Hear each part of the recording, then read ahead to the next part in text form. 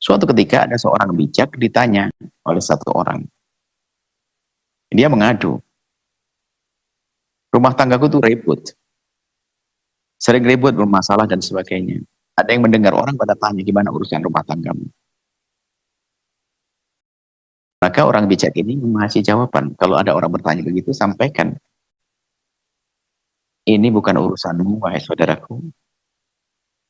Ini bukan urusanmu.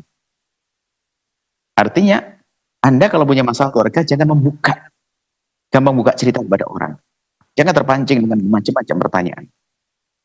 Itu menjadikan susah berdamai pada akhirnya nanti. Jadi, ini bukan urusanmu. Biar tertutup mulutnya. Ingat, kalau Anda punya permasalahan keluarga, jangan mulutnya mulut apa itu? Mulut yang gampang cerita sana kemari, apa istilahnya ember atau gimana? Mulut ember itu ya, mulut cerita sana kemari, curhat sana sini, tidak. Jadi kalau ada orang bertanya pun, Anda katakan ini bukan urusannya. Kemudian orang yang bertanya tadi tiba-tiba akhirnya kok cerai. Setelah cerai bisa ramai orang pada bertanya.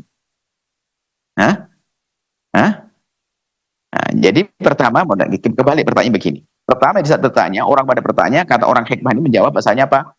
Ini urusan keluargaku, gitu. Urusan keluargaku, kamu jangan ikut-ikutan. Maksud ini urusan keluargaku, gitu. Dijawab ini urusan keluargaku. Jadi menutup orang lain agar tidak ikut-ikutan. Ternyata setelah beberapa minggu atau bulan kemudian terjadi perceraian betul. Ramai lagi di luar bertanya lagi. Maka lalu tanya, ya wahai orang bijak, setelah saya cerai orang tambah ramai lagi. Apa yang harus kujawab? Kalau kemarin kan ini urusan keluargaku, sekarang bukan keluargaku, bubar. Bagaimana? Katakan kepada orang bertanya bahwasanya ini bukan urusanmu. Kalau kemana? Kalau yang kemarin adalah urusan keluargaku, sekarang katakan ini bukan urusan. Maknanya Anda itu kalau punya keluarga harus cakap di dalam menjaga. Kalau ada sesuatu permasalahan, jangan gampang cerita ke sana kemari. Kecuali minta petunjuk untuk cari solusi kepada gurunya yang bijak misalnya. Orang itu sah, tapi kalau diobrol di media dan sebagainya adalah sakit. Nah, karena apa? Ini ceritanya panjang. Mempersulit damai. Karena mungkin pasangan menjadi tersinggung gara-gara diangkat di media. Anaknya pun marah, berantakan. Ya, itu kebodohan. Maka Anda jangan menjadi orang bodoh seperti itu.